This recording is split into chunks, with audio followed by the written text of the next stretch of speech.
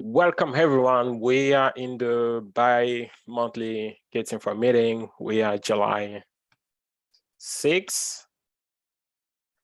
I just want to remind everyone, we are July 6th. Just want to remind everyone that we are under the code of conduct, so I invite every person in this meeting to be excellent to each other. And with that, I think we can officially start the meeting. Let me share my screen.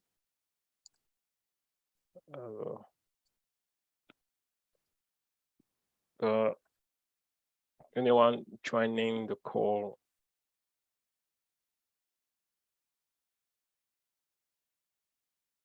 I put the link on the chat.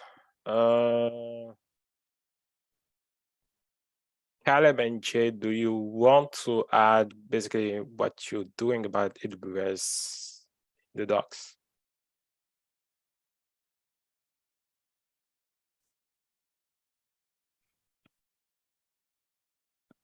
Do you want me to talk about it or type it? Just basically add it as a basically an item to discuss after we basically go through the agenda. Okay. Looks like Caleb already did.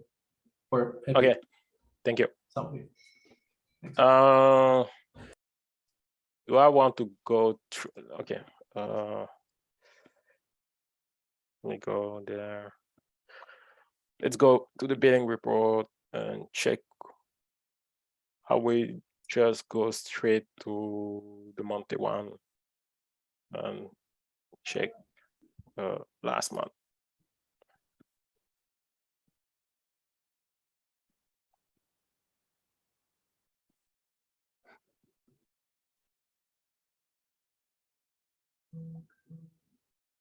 So last month we spent again more than the month of May. I think we got 2,000 of increase in terms of monthly cost.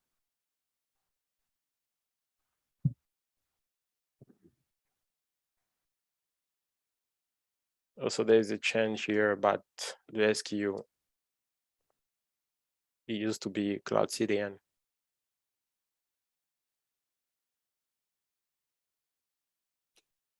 Compared to last month, where do we see the increase? Interesting.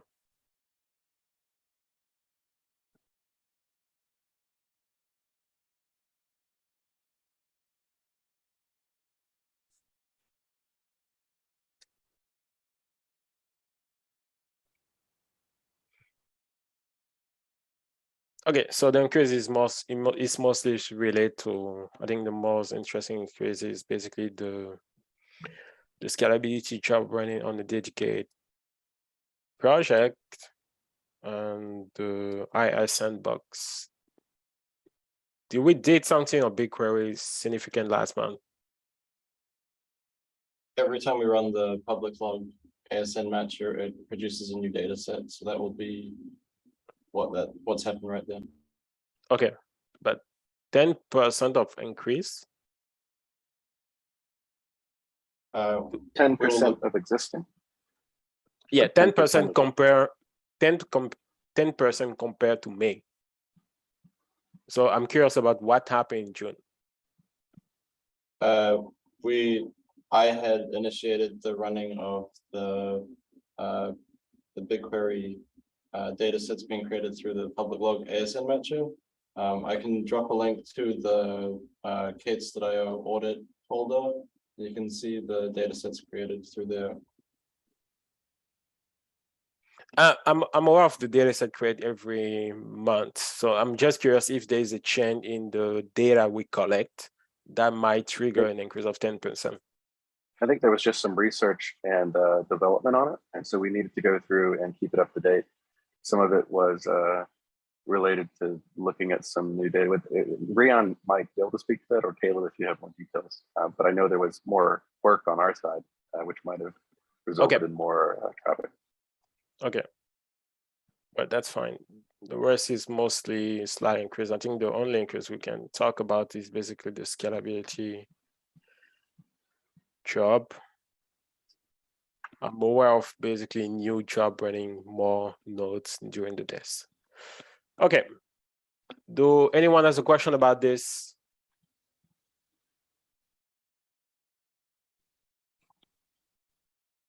I've just dropped a link. It appears that in the last 30 days, we've had 4 new data sets come up. So I must have run it about 4 times the last month.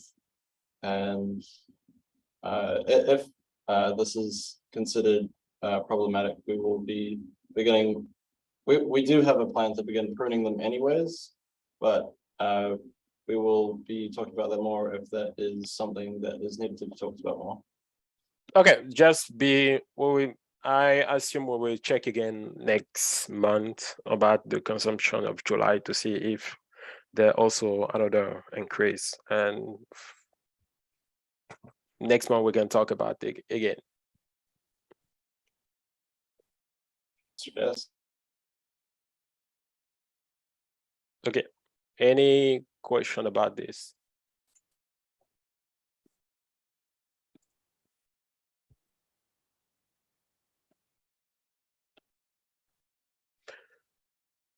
Okay, let's move to Madman. So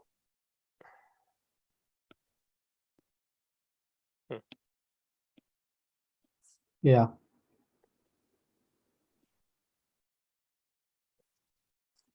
Yeah, so that PR it's kind of rewrite of the Terraform that we've got for the OCI proxy deployments. Its primary purpose is to enable the ability to set per service configuration. So things like environment variables and any other parameters that you look to override. There's more to be done, but that's the starting point that I want to do. It would be great to have this merged and deployed. About this, I think we need to change the approach by deployment for OCI proxy on the sandbox environment. Because basically what's happening is when I set up this, I didn't consider we need to basically deploy every container image build we do for OCI proxy. So I will suggest we close this issue and we migrate this Terraform code to the OCI repo and we work on that there. Okay, well, wait a second. So what's the plan with the Terraform code here? Is that going away or is it going to be run elsewhere? Basically, this is going all that sub repo we need to basically need to be migrated to the OCI proxy repository. Okay. So Okay, that's fine. yeah, because okay. I will just explain what's happening. Okay. Oops, sorry. I have two kind of keywords. So where is the ACK? And to make room. So basically, this is a script that basically do the deployment of the service, and we basically generate the tag from that. But this is breaking the Terraform code because we change the tag. It's not matching. Yeah, okay, that's correct. There's a better way to approach that. So that's why I don't want to have now 2 source of truth for the deployment. So I would like to basically get this code migrate to the OCI proxy repository. okay, yeah, okay, I like that idea. So the Terraform code, we can move it there. And from that, we can basically work out how to auto bump the image. It's not that difficult. We can get Terraform to read from YAML, for example. Yep. And then there's a couple of the clever hacks we can do. Yeah, we can even basically remove the Terraform, the HCL code related to the cloud-run services, and just basically leave the rest of the Terraform code related to the infrastructure, and just basically be focused on deployment of the cloud-run services. Wait, you're saying cloud run services won't be deployed through Terraform then? I'm not sure. I would like to do that basically using You can do it. It's very Bash. easy. Yeah. I can demo how that works, including the ability to bump the image. We basically keep the rest, everything related to the load balancer, the DNS, the network endpoint group. We leave that as that, but the cloud run services are basically auto deploy using Bash or whatever tooling you want to use. Okay. It's tricky because there's a relationship between the load balancer and the cloud run services. So we have Yeah, to I be know. careful about that. I have a suggestion. Yeah. So Cloud Run is compatible with the Knative spec. Would it be possible to just use a Knative service specification to define the service, and then have a few of them per region and such? And then that way we're writing it as YAML, and then we can template it out. And then perhaps we're wanting to run the CI on tags and then do a build and deploy through applying it through G-Cloud. That way we're using fundamentals that we're familiar with. We are Kubernetes people, and some of us are Knative people, and we're also using Cloud Run. So that is my suggestion. I don't have a problem with that approach if we were in the basically in the standard Knative deployment. The problem with that is Cloud Run is in our context, we use Cloud Run plus the Google load balancer, and there is a relationship between both. So use the Knative service specification. It's fine, but you need to be able to tie the both Cloud Run services we have currently in the sandbox environment to the GCLB, and that's why it's tricky. That's why basically I don't want to basically get rid of Terraform the Terraform code for YAML file. Let's go for it, Caleb. To that, then what if we split up the management of it so the actual services and how they're configured and deployed with multiple Knative services is over here in the OCI proxy repo, and then over in case.io where it is currently, we have the linking of the load balances and stuff to the to those Knative services. Would that be an option? Not really, because you want to be there's a relationship between the network stack managing the requests and the Cloud Run services. And if you are not careful, you are not capable to basically serve traffic to the Cloud Run services. I think that's the problem I have right now. Is basically it's not like a problem, it's more like how we basically maintain that relationship between the way Google receives the traffic to serve that with Cloud Run services. It's just a matter of basically naming at some point. So we have to be careful about this. I mean, what you're proposing could be, and it's doable. The thing is, I didn't have time to investigate into that. So if you can work with Mohammed about this and see what's up, how we can basically do that, I don't have a problem with that. Yeah, but my main goal is to basically move the logic related to the infrastructure of OCI proxy to a different repo. So we have one single source of truth for everything related to the sandbox environment. That definitely makes it easier, I would say. Yeah. Yeah, I think that sounds great. To me, having only just thought about it and haven't thought about it for longer than 5 minutes, I think it sounds like a fun idea to explore, and we can be in correspondence about that, Mohammed. Be cool. Okay. Yeah, let's take a look at this and get back to the team. Yeah. Any other question?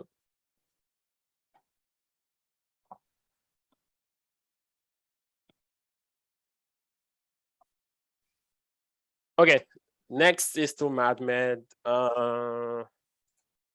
Configuration Terraform, pre-submit and post-submit. You have my +1 of this.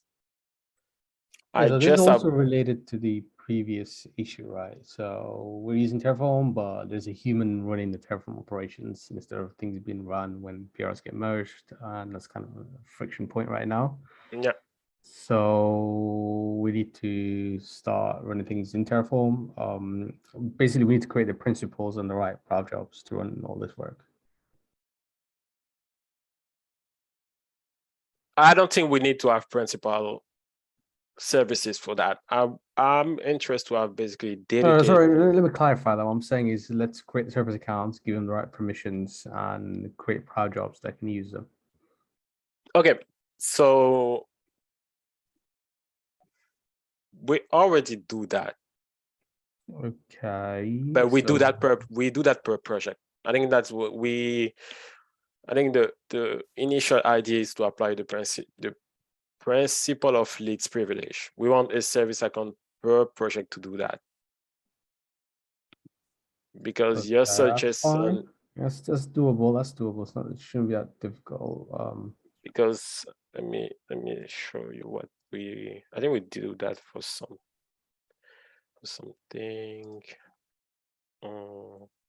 Not this one. Yeah. Where is that?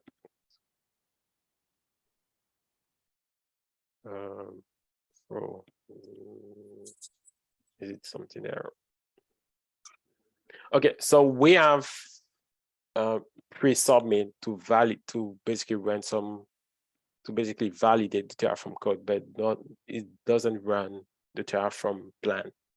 It's more why not? like Plan is actually something safe to run on a pre-submit.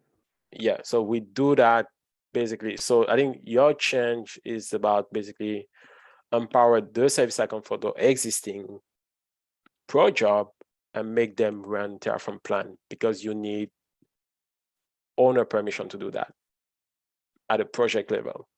Yeah, that's part of the story as well. So, like right now, when you're making changes to this project, how do you know that your change actually works? Yeah. Terraform validate isn't very sufficient, in my opinion. More importantly, you actually want to see if the time that project run is, what does the infra actually look like? Because most of the people that are going to submit code will not have access to the infrastructure. So they can't even see what it looks like, much less.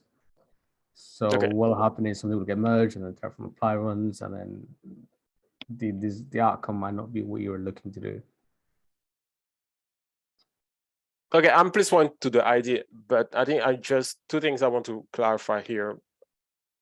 We should basically have a service account per project to do that. Okay, that can work if you want to limit the blast radius per service account. Yeah. With owner privileges on the project and job that it's responsible for. I'm happy to do that if it will allow us to run Terraform plan on pre-submits as a trade-off. Yep. Because I think Instead of a single highly privileged service account to run everything. I mean, that'll still work, but it might make a few people a bit scared. We can put forth another issue to create the service accounts per project, so that can be a feed in the next stage for Muhammad. Well, basically, we can use that issue to clarify what we're doing, what we want to do here, because there's already an issue. That I don't really see value on basically spread multiple issue to address this problem, because I think we already have a conversation about this. It's just there was no one to commit on that. If I remember. Yeah, the other problem is that the bootstrapping has to be done by somebody with privileges. So I'll need Arnaud or Dims or somebody to take an hour of their time and get this bootstrapped properly.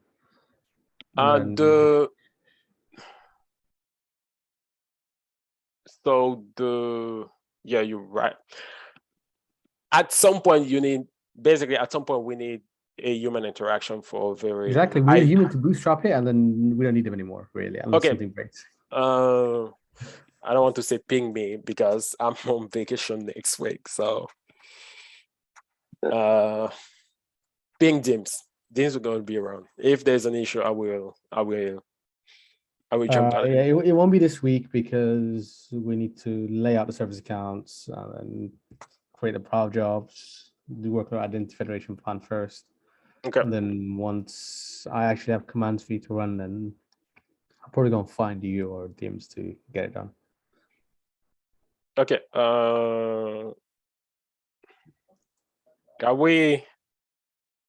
Can we postpone this until week of July 20? Yeah, we can. Okay. I've got some vacation planned anyway, so I Okay, won't be around. okay. We can push Okay. this to late July. Yeah. Also, another question about this, I would like to also extend that to us to different cloud provider. Yeah, that's right. Oh. So for AWS, there's an open issue that explains what Caleb needs to do on the AWS account. I did see the CNCF AWS Infra issue number 4. Yeah, that this is diagram way too complicated for what it needs to be. If you're implementing 3807, half the concerns disappear. okay. Things are assuming roles and rotating IAM keys will disappear. That sounds nice. Yeah. Okay, my question is more general. Like, if I want to do that with Azure and Equinix, how this is happening? It depends Because on what those cloud vendors do, right? So, for example, AWS allows you to use OIDC to assume roles, so yeah, it's a bit easy. GKE OIDC works. For Azure, I can't comment because I haven't done something like that before. because Equinix, I don't know. Equinix don't have Most likely won't have it, so you'll have to get a credential and stick it in there and rotate it every X days. okay. They have a project token that you can get, I think is what the case is.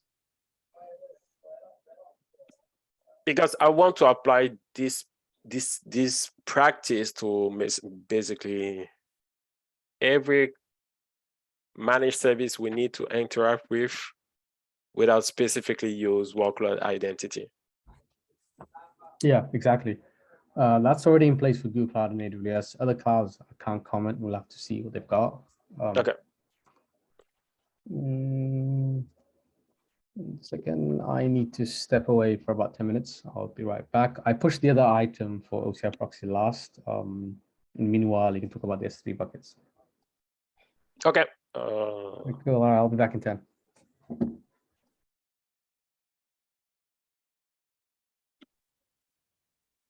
Thanks, Mohammed.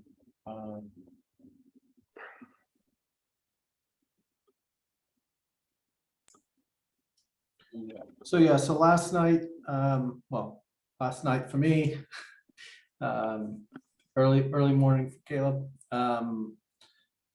we executed an rclone sync of the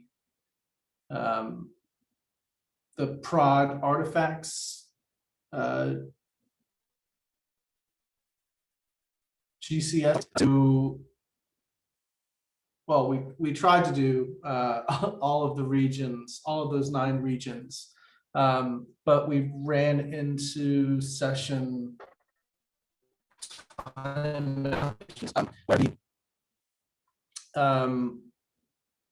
So we are calling STS assume role to create temporary credentials to run, to S3 put object and all that kind of stuff. And our clone uses that under the hood when it's doing its syncing behavior.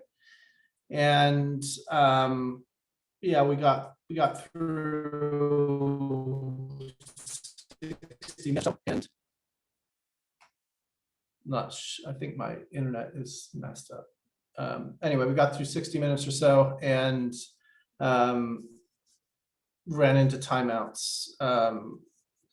So Caleb, maybe you can say like sort of where we are now and what our plan is to get the base image catalog synced, or at least the layers synced into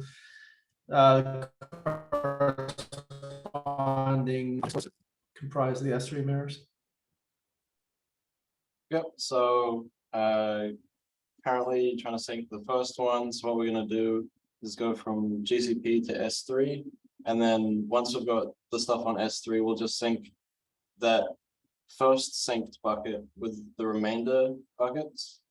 And that way we can save on bandwidth to make all of the buckets be populated initially. And there's something else I was gonna say. Something about the roles. Things are happening with the roles. Yes. Forget what I was gonna say. I'll come back to it. But I've got a document that outlines the manual sync for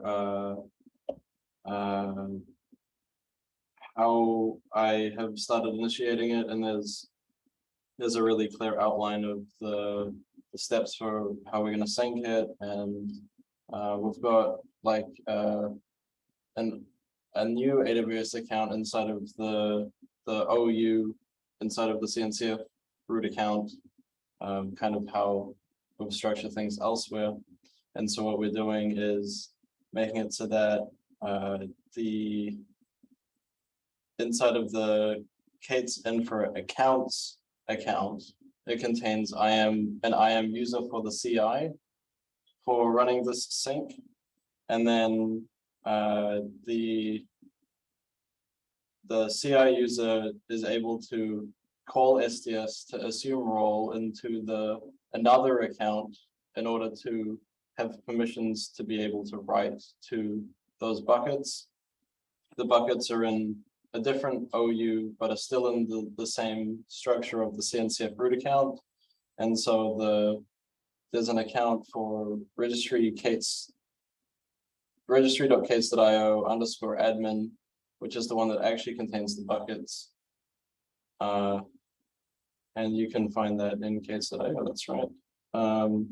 So yeah, have I missed anything there, Jay? Nope. Okay, great. So that's the idea. That's, I believe, where we're at right now, and trying as hard as possible to get everything happening all at once. And we'll be tackling the timeout, and then having the initial sync of the buckets. And I'm very excited to get this all across, which would be great. Yeah, it's great. I have two questions about this. Go ahead. First, why the bucket are not public? None of them is.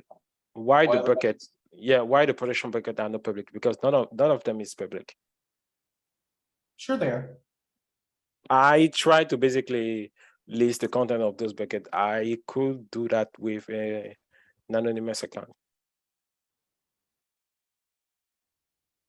I don't know if you have a comment. I mean, oh, sorry, I was muted. When you say they're private, you said they're private. Are you talking about the GCS or the S3 buckets? I'm talking about the S3 bucket. The AWS S3 bucket. Yeah, I tried to basically get access to those from an anonymous account. I could basically list what was inside one of those buckets. So I'm curious because the policy allows to get the object, but we can basically list the content of those buckets. Because that's let me see the policy. Because I think we might need to make them public. So yeah. There's a bucket policy which is defined there to make them all read public, and that is in effect. There could be a chance that the URL is wrong. I'm not sure how you were testing it, because you can either run against the HTTPS endpoint because it's set to HTTPS only. And so you can hit the HTTP URL, or you can go AWS S3 LS and check it out. But I can send some commands if it's helpful. Wait, I saw, yeah, close this one. Where's that list? I think I saw that. Yep. So I think you basically, if you replicate that. So I want to have like notepad somewhere. Yep. I think the command I want to run is S3 ls S3 something like that. Oops. No.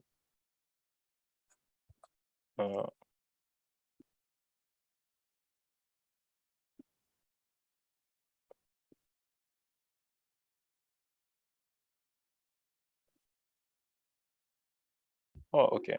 So I mean, if I run this command, I should be able to basically, let me zoom in. I don't know if I can zoom in here. So this one is going to be an empty bucket, but you will be able to Which one? Sorry? So I think this is the right command. Basically, I replace the name of the bucket where you basically you do the initial sync. I think the initial bucket is, give me that. So yeah, so.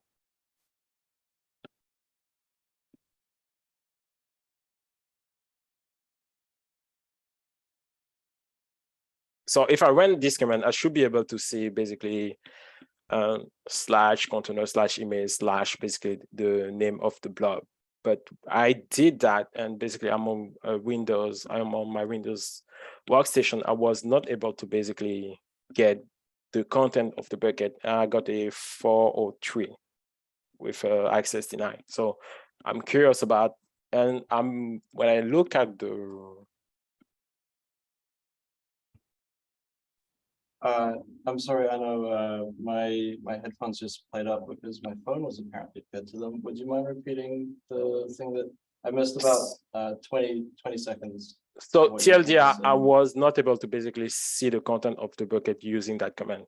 If anyone basically want to run that and tell me I'm crazy, I'm fine with running that. that now. Just give me a second. Yeah, with that. Let's see. And basically, I should be able to basically see, even do something like that. US East to, okay. Let's see.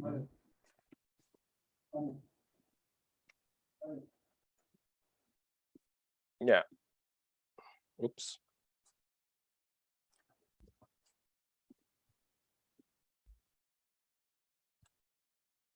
I have back tokens. A second.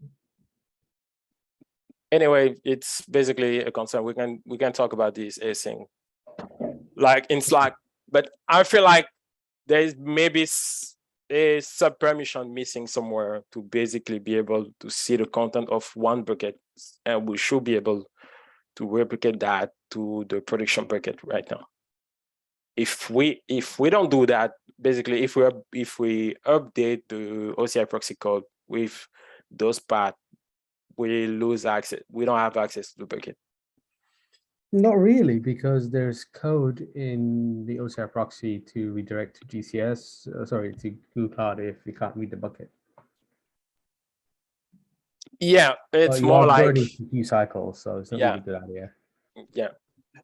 Hey, Mohammed, is what you're referring to the head check? So it makes a head request against each layer. Exactly, on that's one of the right. Yeah. nodes. So Okay. if the head request fails with 403 or any other status code, that's not 20x, it will send you to Google Cloud. But you are right, though, it will burn CPU cycles, which is not really worth it. Because it will always retry. I don't what timeout we define for this. There's a retry for that. Yep.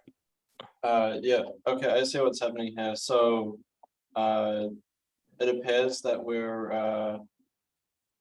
I'm just looking at, I think you might already have this up, but I'll just drop a link for everyone to the piece of code, if you try to make a request to a particular layer, it will succeed. If you try to list it, it won't succeed. That's what I'm reading. How either myself and Jay, I forget at which point in time who set this particular up. I'm going to say it's me, and this part is saying you can. You're allowed to get any of the objects, but listing it is not configured, and I don't know if it would be useful to have it. Yeah, maybe modify so they um, can list the contents of the bucket and poke around. Yeah, it's basically the policy you have in the K8s repo. You just add an extra permission to allow the possibility to list the object of the bucket. And Yeah, because so- we don't know how downstream, whatever downstream distribution is pulling from us. Like I have some conversation about some folks interest to do a full copy of the registry. So they might at some point be able to list basically list what is inside the bucket, whatever is a sub-repo or an object. So we should be careful about this. If they're doing that though, wouldn't they be doing that through the registry API and not through No, S3 or? it's because the OCI proxy is not an API registry. We try to be basically a transparent proxy between the container registry acting as the origin and a Docker client. So the Docker client will hit us and we just forward the request to the container registry. And the container registry, in that case, we forward to the S3 API if you come from AWS. That's the scenario we have in mind. Like we decouple manifest from the blob. If a container client, a Docker client run inside AWS and its registry K8s.io, it will be basically get the manifest from GCR/Artifact registry and get the blob from S3. Which means whatever Docker client it basically trying to pull the image will basically pull the manifest from Google and pull the blob and the layers of those images from S3. Yeah, but they wouldn't need they wouldn't need to specifically list all of the things out in S3 directly. That would be handled by the manifest pulling though, right? So they would only need to actually be able to read the S3 blobs. We translate the request at some point. We basically say to the Docker client, hey, this is now the new path of the blob. Yeah, that's right. So basically, Jason, so the problem is Docker client works fine, no problems, but you'll have humans trying to list the bucket, see if it works, and they run into problems. You have tools like, for example, gcrane capable to basically do a copy from a container registry to another one. Right, but it'd be doing that through the manifest though, wouldn't it? They will get the manifest. They will get the manifest. They will basically get the list of the blob/image layer, but the root of those blob will be defined by OCI proxy. Because we will basically look at the source IP of the request to basically say where you are pulling the blob from. Okay. If I may, going back to earlier, everything is happening as configured and expected, though it is unexpected to not be able to list the blobs in the bucket. It would not break things. It just means that you would need to have some other permissions to be able to show the contents, but again, if you're just hitting the give me a blob and here's the path for it, which is how the registry works, it would be okay. And I'm just creating a ticket up right now to make it behave as expected. Yeah, I think my concern is if we say behave as expected, we don't know how particular case happening when it's come to image pooling. We can basically list off the use case about this. I think that's my concern. Like you may have people basically pulling identify the, I would say, the object storage services and try to pull directly from that for whatever reason. That's what I'm saying. I think we should replicate the existing behavior from GCS to S3. So we don't have a corner case on people coming to us and say, oh, this is breaking my workflow. How you can fix this? Yep, okay, this is fine. This is pretty trivial to do. And yep, that sounds fine. Let's do that. Creating a ticket. Okay.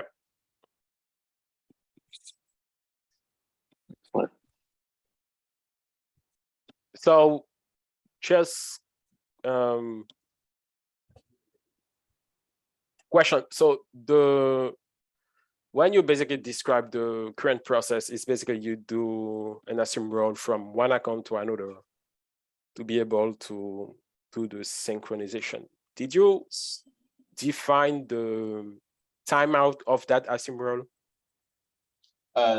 Just two things to that. So first thing, in order to go assume role, you need to be as an IAM user. And so that's the only way to be able to jump to another account and perform actions over there. So we've got a user that someone's able to authenticate as, and then they can call STS to assume role in another account in which a role exists. And so what we've done is both Jay and I and the others who use the CNCF accounts are signing in as IAM users, and then from there they're able to call a very particular role, which is give me admin in another account that it has ties to if you're already an admin. And then what you're able to do is create a role to provision to be able to use on a lesser privilege level. And so that's how we've got the S3 writer role inside of the registry.k8s.io admin account. Okay. And would you be able to please reiterate the second part of the question? I think it's my memory isn't incredible.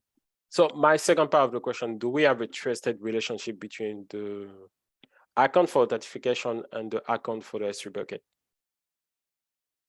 Yeah, so the accounts account and the a user, an IAM user in the accounts account, and the role inside of the account for where the registry buckets are do in fact have a trust relationship, and then there's a role inside of the registry K8s.io account in which we're able to assume as.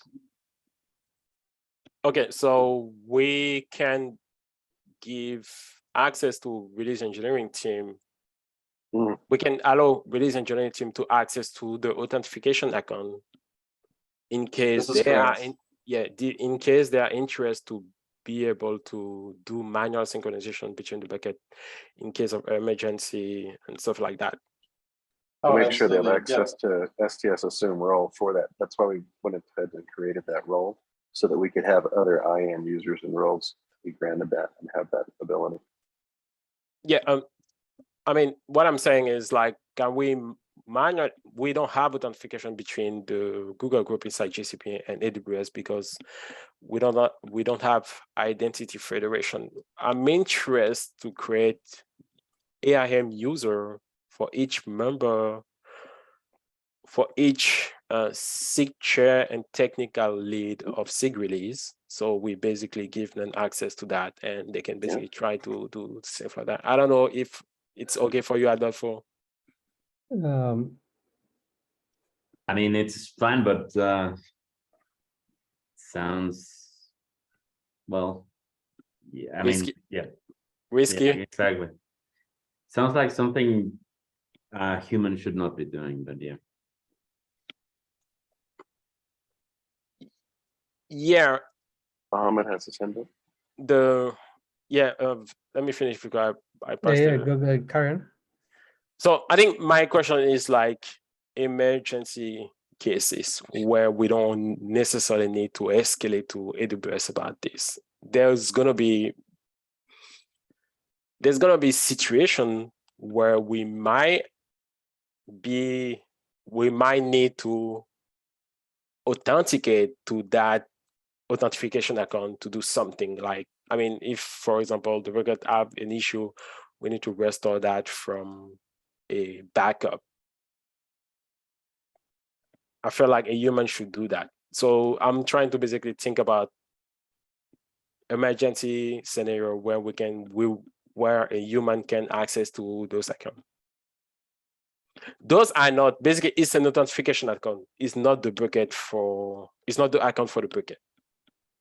It's basically an account where you access to that and you use an assume role to authenticate. We don't necessarily need to do the assume role for the human, but we should be able to give access to secure and technically of SIG release access to those accounts.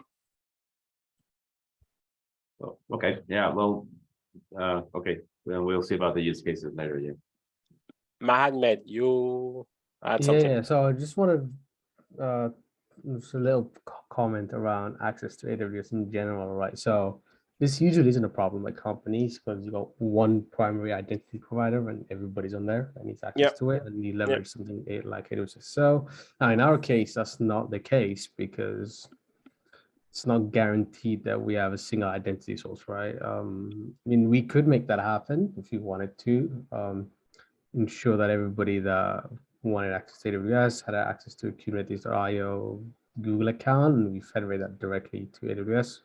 But it's a decision that you need to make. Otherwise, we have this funky looking cross-account AWS access, which is really horrible. Yep. So that's a decision that the project has to make. It's not too difficult because you can issue cloud identity accounts to people, don't cost anything. And we attach that to AWS SSO. Google's got instructions for how to set up AWS SSO with G Suite, so it's not that hard. We can make that happen.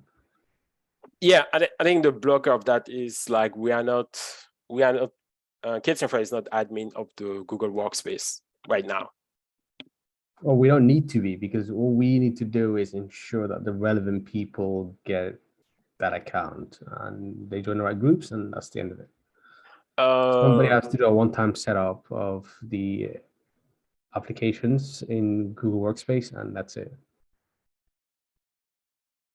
Oh, okay. So yeah, I can get a demo. I've got access to a demo AWS SSO and like a play around G Suite I've got. I can bring a demo along for the next meeting. So what you're saying is like we can add a AWS OIDC provider as a Google Workspace application. Something like that. So we can leverage AWS SSO and use SAML to log in and have the groups present properly. And then we can make it so that different groups get access to different AWS accounts with different permissions, and it's that easy. I can put together a demo for next week, for the next meeting. I've got access to a couple of Okay, no problem with that. Because once we do that, most of the complications that Caleb and Jay drew disappear, because we have a clear way for humans to access. And for robot access, it's even simpler because we're just going to use the OIDC to do it.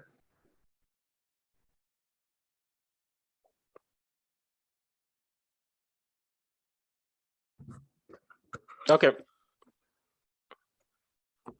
Cool.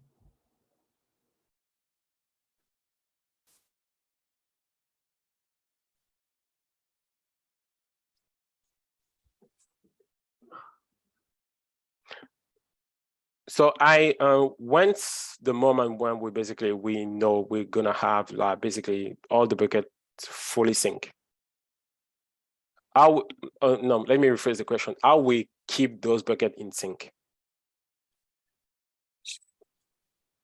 I think I'm the wrong person to ask about that currently.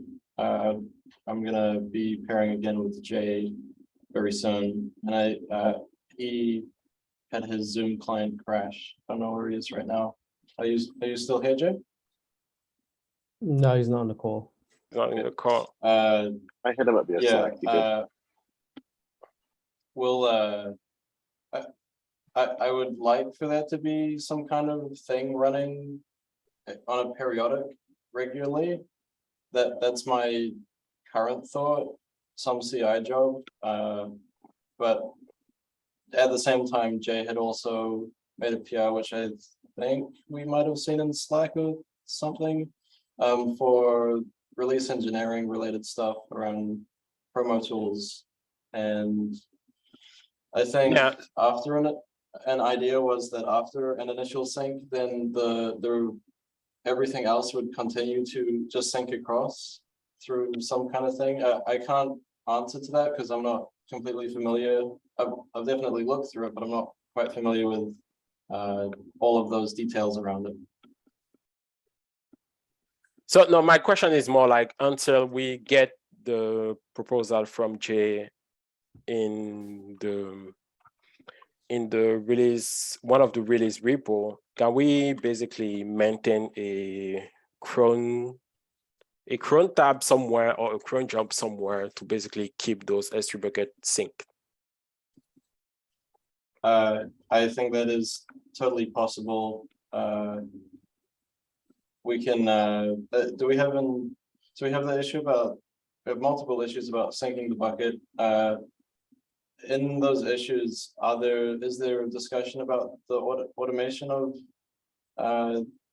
the continuous syncing? We can make that. Wait. If there isn't, then let's start talking about it. I'm not particularly sure about the goal is, yeah, we want to have them all up to date. And yeah, we can stitch together a basic proud job, a continuous one, a periodic one, sorry. I basically just runs our clone and syncs the buckets. The differential diffs shouldn't consume too much compute because it's not much, and we run that over X number of hours. In any case, there's logic in OCR proxy to to forward the request upstream if it's not available in S3, so we're fine. I think that's not what I. But you are right. We do want to keep it synced and until we basically have the image promotion process tweaked to support pushing blobs to S3. Basically, we can basically have those position bucket fully sync every week if you want, or every day. I think every day is fine. Every 8 hours. It's not hard. So we run a project every 8 hours and sync the buckets. The one concern I have is I feel like doing that inside Pro gonna be slow because it's a lot of object we need to sync. Not really. It's a one-time. Once you've synced it, you don't have to sync everything. You'll just make API calls. Yeah. Okay. So the one first time will be slow, and the rest of the time will be simple to do. So can we do a manual full sync and later do a periodic doing that thing for us? Is it okay, Caleb? Yeah. That's the best way to do it, yeah. Caleb or Jay can pre-populate the buckets first, and as soon as they do that, Mohammed, wait a minute. Right, go ahead. I think we're on the same issue. Yeah, would you mind refreshing the page? Go to the bottom. Have I outlined clear enough what we've just talked about? Yeah, you have it. Yeah, you have an issue with timeout and basically relate to the assume role. Am I correct? Sorry, I'm meaning the GitHub issue that your browser is currently on. If you could refresh the page and go to the bottom, I've just added a new comment. Oh, okay. Give me. And my question is it clear enough to what we're saying? What are the answers? We're 7 minutes over the meeting.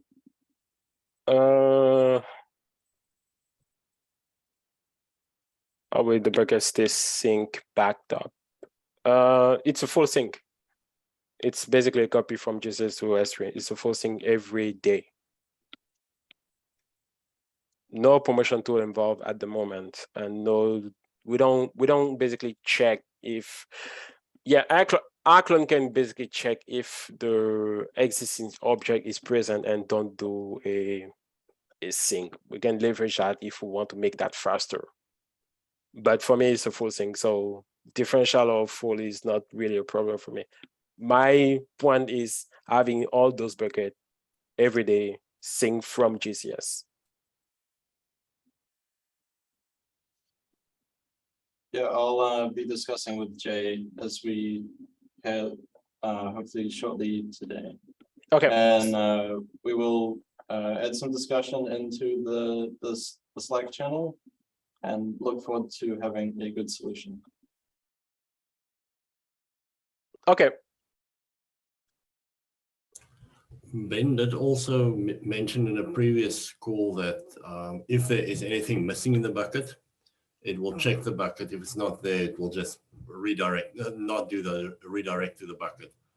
So there's no risk. I fully agree we need to sync it, but just there's no risk if an object is not available in the bucket because his tool is working to protect against that. Yeah, because there's also going to be logging to show what has been missed. So we can also look at that every now and then. Yeah, so what I'm asking here is related to basically what Mohammed I post in the next agenda item. So are we, Caleb, do you have enough detail about this, or do you have more question? Yeah, I think we've got some good discussion going here, and I think we can keep the discussion going. I don't think I have any questions about what we've just discussed. I'm not sure what the solution is. I know we have a few ideas for it, but I think the conversation might land a bit closer to what we're doing when we also have Jay to discuss. Yeah, one solution is to basically convert the document we wrote. Where is that document? Oh, wait. Yep, okay. So if we want to basically go in detail about this, the first step will be to run this manually. This document is just about the first initial manual sync. And yeah, I think that from there, I'm not sure where else to go. Yeah, okay. So what I'm saying is you can break that code into parts. So the first part is mostly run that manually as a human. And basically, you don't even need to basically put that here. You can basically have another bucket like basically blob cache something, acting as a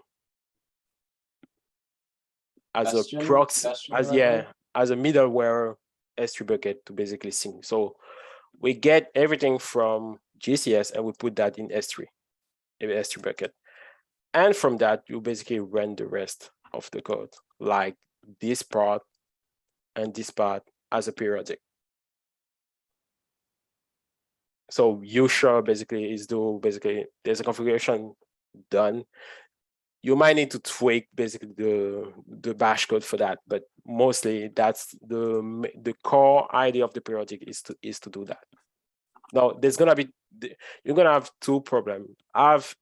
Since it's a pro job, you need a Docker image with Arclon, and you need to mount AWS credential in that pro job.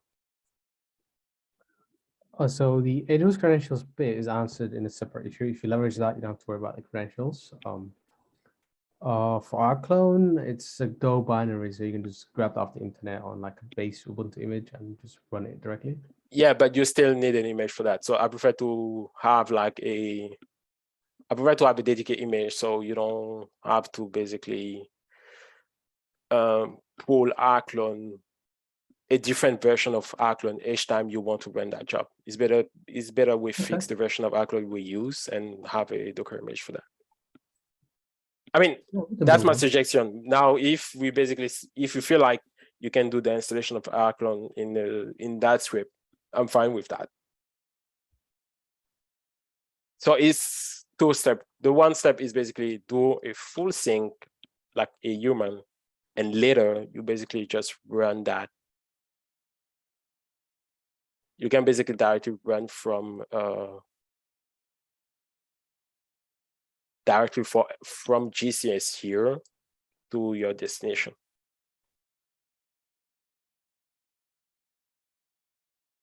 Yeah, sounds good. Is it clear, or do you miss something? Because I don't even know what time is it. We're over about 15 minutes, but it's fine. Oh, okay.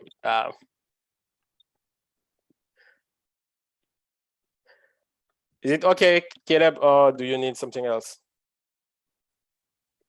We can continue the conversation in Slack. I will keep thinking about this, and we'll find a good solution that answers the issue. Okay.